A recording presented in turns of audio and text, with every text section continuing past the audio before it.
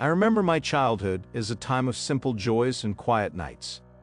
Our neighborhood was peaceful, the kind of place where kids played outside until the street lights flickered on, and doors were rarely locked.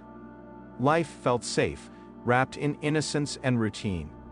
I never imagined that one night alone would change how I saw that world forever. It was the first time my parents left me home alone.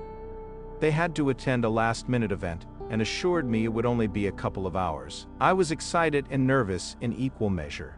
Excited because it was a small taste of freedom, and nervous because, well, I was still a kid. By the time the sun dipped below the horizon and the shadows stretched long, the house felt enormous, quiet, except for the soft hum of the refrigerator and the occasional creak of the settling walls.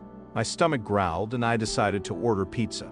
It was a simple act, but little did I know it would mark the beginning of a night I wouldn't forget. The phone call was routine. I spoke the address calmly, gave my number clearly. The minutes ticked by slowly. Then, a knock on the door. It was the pizza guy.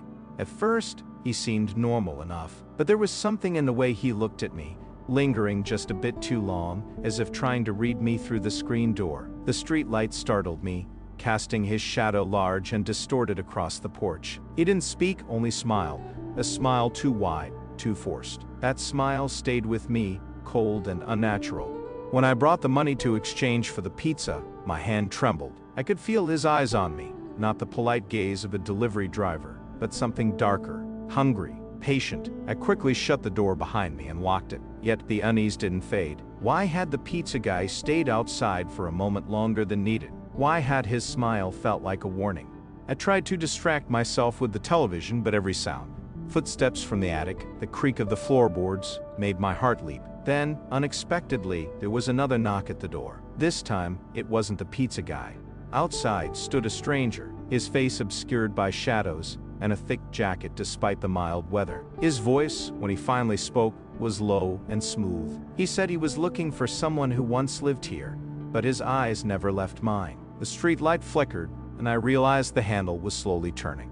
Panic flooded my veins. I slammed the door shut and locked every bolt. The stranger's footsteps retreated, but the sound seemed to circle the house like a predator waiting for the right moment. My fingers fumbled for the phone, dialing 911 with shaking hands. As I whispered my address, I could hear the faint rustle outside, like whispers between shadows. Minutes dragged like hours until flashing blue lights pierced the darkness. Police officers surrounded my small home, their presence both a comfort and a confirmation that something had been terribly wrong. They scoured the yard, but found no sign of the stranger. Then, an officer asked about the pizza delivery. Had I noticed anything else? I hesitated, recounting the eerie smile. Later, as I lay in bed, the police keeping watch downstairs doubt gnawed at me. Had the pizza guy been involved? Were the two men connected? My once trusted neighborhood now felt alien, every sound amplified into threat. I realized that safety wasn't about locked doors or flashing lights.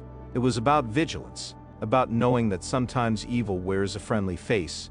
That night, the quiet I had taken for granted shattered, replaced by a sharp edge of fear and awareness. Even now, I wonder who that stranger was and what he truly wanted. And every time the doorbell rings after dark, my heartbeat races. A reminder that some stories are lurking just beyond the threshold, waiting for their chance.